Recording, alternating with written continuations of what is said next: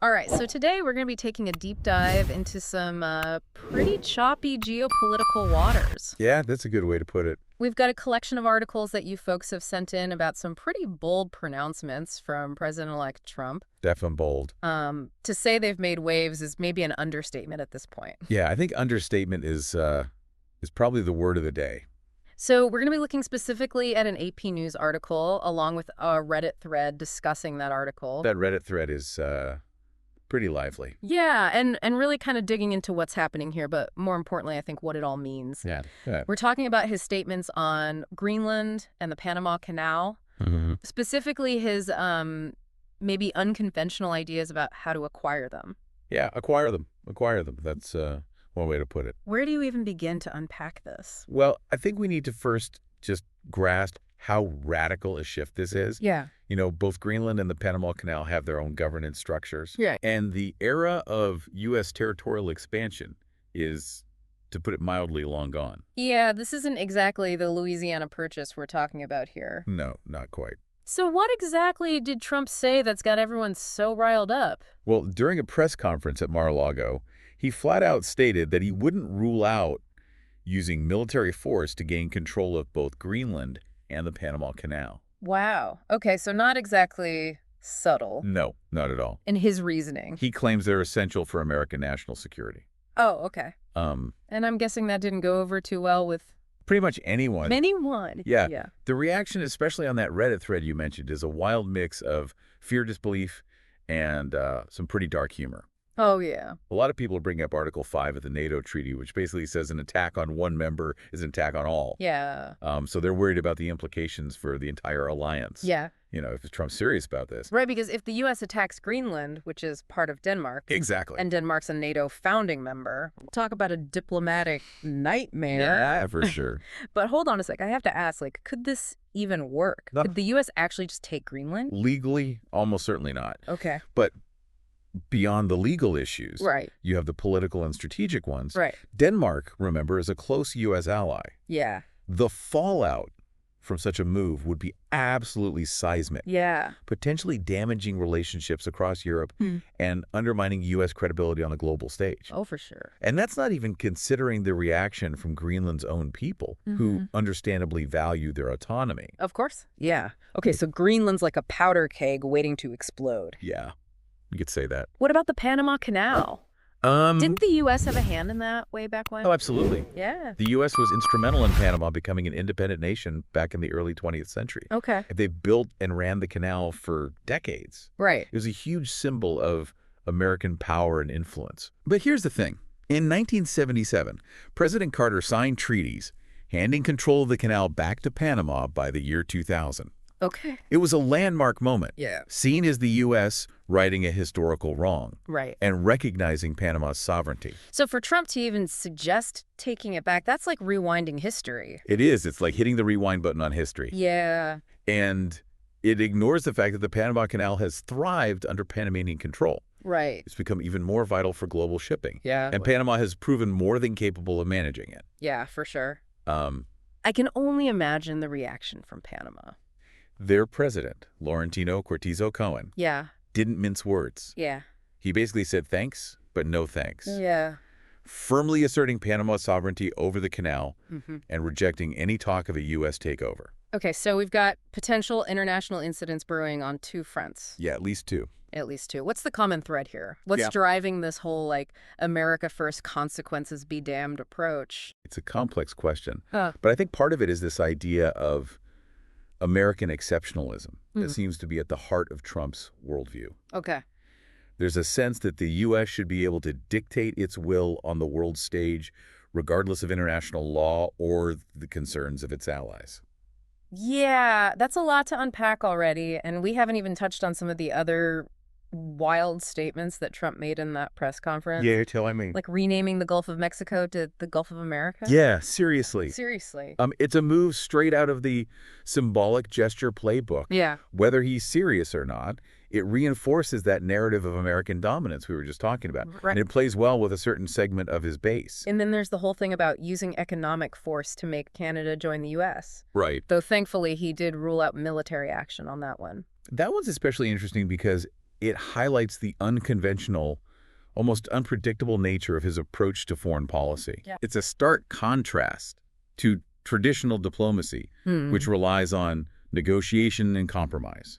And it's this unpredictability that's got everyone on edge, right? I think so. World leaders, diplomats, even folks just scrolling through that Reddit thread. Right. Like no one knows what to expect. Exactly. And this sense of uncertainty is incredibly destabilizing. So we've got a president-elect who's making some extremely bold, some might say reckless claims. Yeah, bold is one word for it. And what does this all actually mean for the average person you know? Right. For you listening right now, why should you care? Here's the thing. These aren't just empty words. Right. They have the potential to translate into real-world actions that could have ripple effects across the globe. Yeah. Think about it. What happens to global trade if the Panama Canal becomes a flashpoint? Right. What happens to the price of oil if the Arctic becomes a militarized zone? Yeah. These are questions we all need to be asking ourselves. Well, this isn't just some abstract geopolitical chess game. This stuff could hit close to home for all of us. It absolutely could. And that's why it's so important to stay informed Yeah. and understand the complexities of these issues. Right. Don't just scroll past the headlines, dive in and get informed. And that's exactly what we're here to do on the Deep Dive. That's right. We're going to keep digging into this story, exploring the historical context, the potential consequences, and what it all means for the future. So stay with us because this is just the beginning of a very wild ride. Buckle up. Welcome back to our deep dive into this pretty wild situation. Yeah, we've laid out President-elect Trump's, eyebrow-raising statements about Greenland and the Panama Canal. Well, eyebrow raising. But I think to really wrap our heads around what's at stake here, we need to kind of go back in time a bit. Yeah, a little history lesson is always helpful. I think a lot of folks listening might be wondering, why are we even talking about this? The U.S. can't just take over other countries, can they? Well, you'd think so, but history tells a more complicated story. Let's start with Greenland. During World War II, while Denmark was occupied by the Nazis, the U.S. stepped in to protect Greenland. Okay. That's when they established those military bases we mentioned earlier. Right.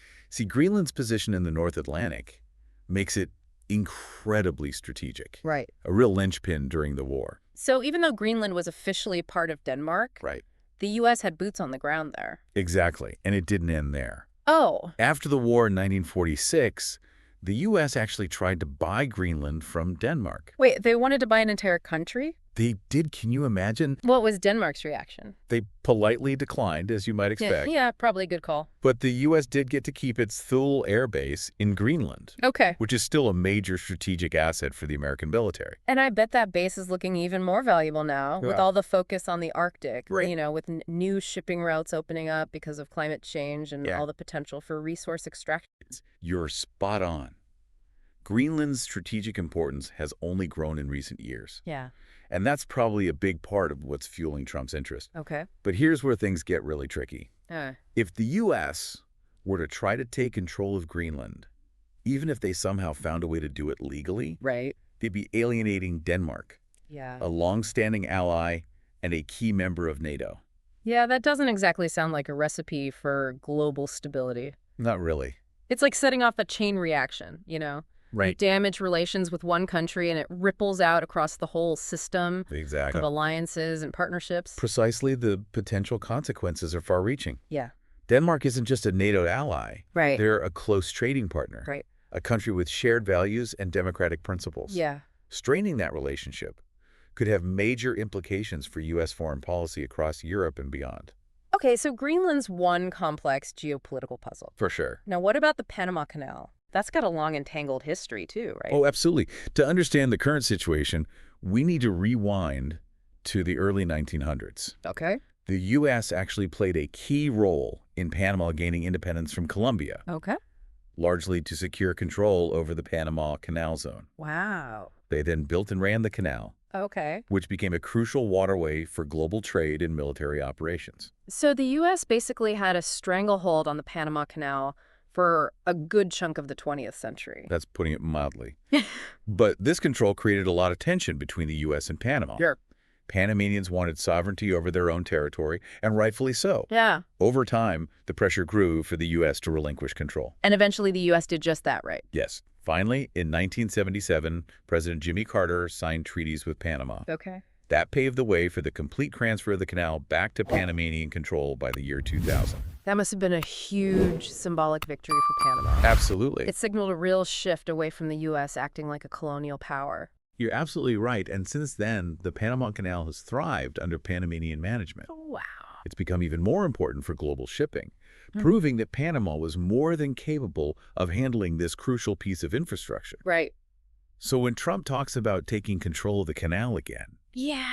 it seems like he's trying to turn back the clock, Really? ignoring decades of progress and the hard-won sovereignty of a nation. I bet that went over like a lead balloon in Panama. You bet it did. Panamanian President Laurentino Cortizo Cohen issued a very strong statement, Oh, really? making it crystal clear that Panama would not tolerate any attempt to undermine their control over the canal. Wow. It was a powerful affirmation of their sovereignty. Okay, so we've got two situations, both with the potential to erupt into international crises. Yeah, it's a tense situation. On one side, we have Trump's vision of U.S. power, Right, this idea of asserting dominance, right. even if it means throwing long-standing alliances and international norms out the window.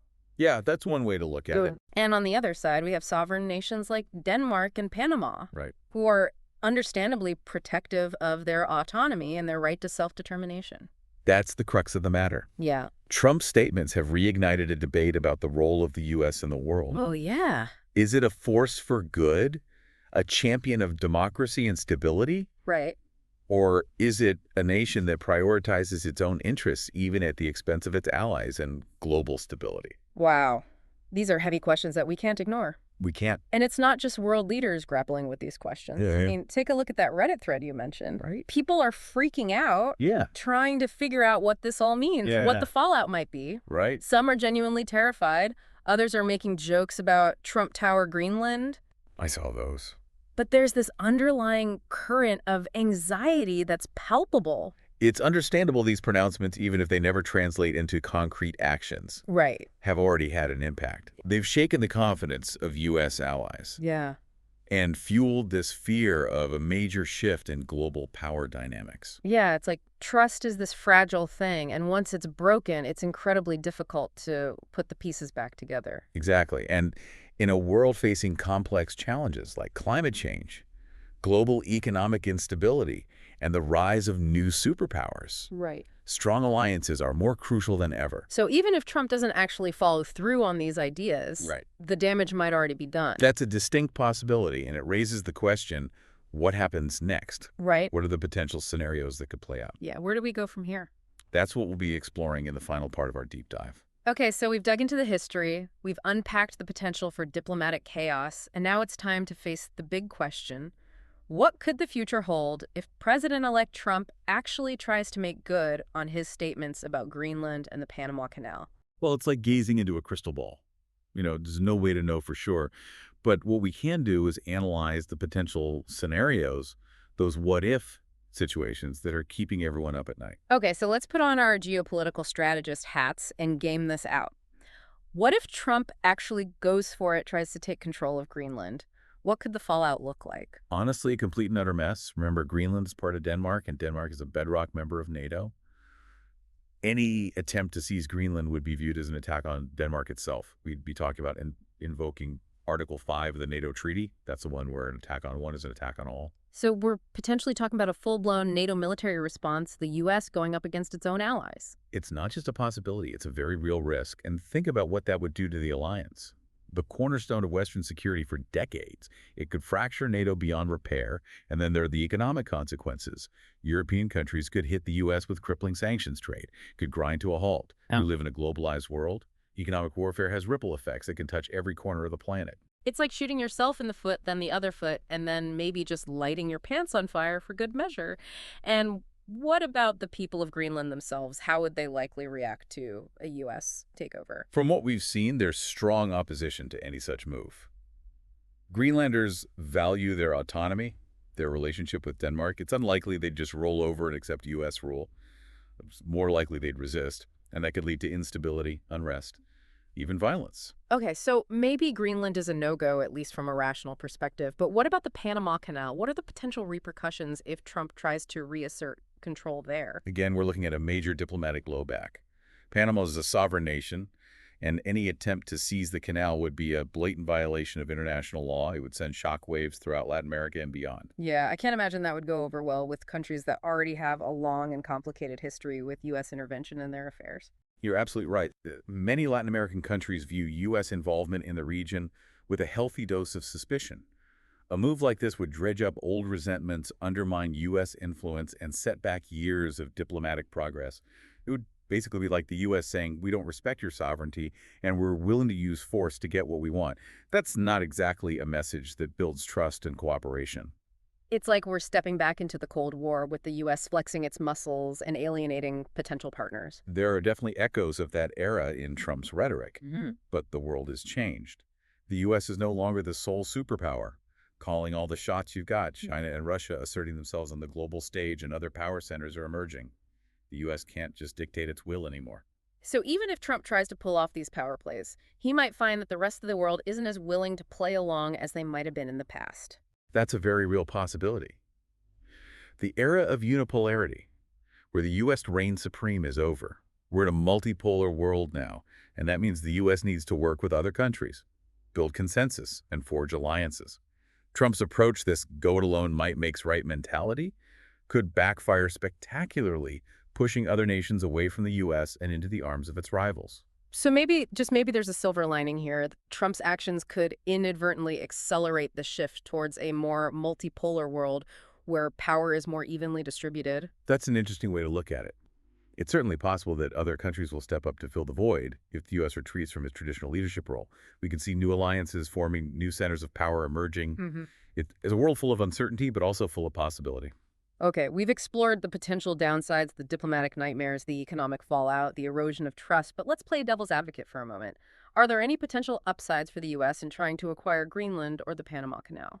Well, if you subscribe to a purely realpolitik might makes right view of international relations, then yes, there are potential benefits. Greenland has valuable resources and a strategic location in the Arctic, which is becoming increasingly important as climate change opens up new shipping routes, and access to resources and controlling the Panama Canal could give the U.S. a significant economic and military advantage. But wouldn't those potential gains be dwarfed by the diplomatic and economic costs we've been discussing? I mean, is it really worth alienating allies, sparking international crises, and potentially undermining global stability for some short-term strategic gains? In my assessment, no. The damage to U.S. credibility and alliances would far outweigh any potential benefits. It's a classic case of winning the battle, but losing the war. In today's interconnected world, cooperation, diplomacy, and multilateralism are the keys to success. Going it alone, throwing your weight around, and ignoring international norms is a recipe for disaster. So as we wrap up this deep dive, what are the key takeaways you want our listeners to ponder? What should they keep in mind as this story continues to unfold? I think the biggest takeaway is that we're at a pivotal moment in history. The old world order is crumbling, and a new one is taking shape. The U.S. is facing a fundamental choice. Will it embrace cooperation and multilateralism, working with other nations to address shared challenges, or will it go it alone, clinging to an outdated vision of dominance and risking further instability and conflict? It's a choice that will have profound consequences, not just for the U.S., but for the entire world. And that's why it's so important for all of us to stay informed, engage in critical thinking, and consider multiple perspectives. We've covered a lot of ground today, from the historical context, the potential consequences, and I hope this deep dive has given you, the listener, plenty to think about. Remember, the world is watching, and we'll be here with you every step of the way, analyzing, explaining, and helping you make sense of it all. So keep those critical thinking skills sharp, stay curious, and never stop questioning the world around you. And remember, knowledge is power. This has been The Deep Dive. Thanks for listening.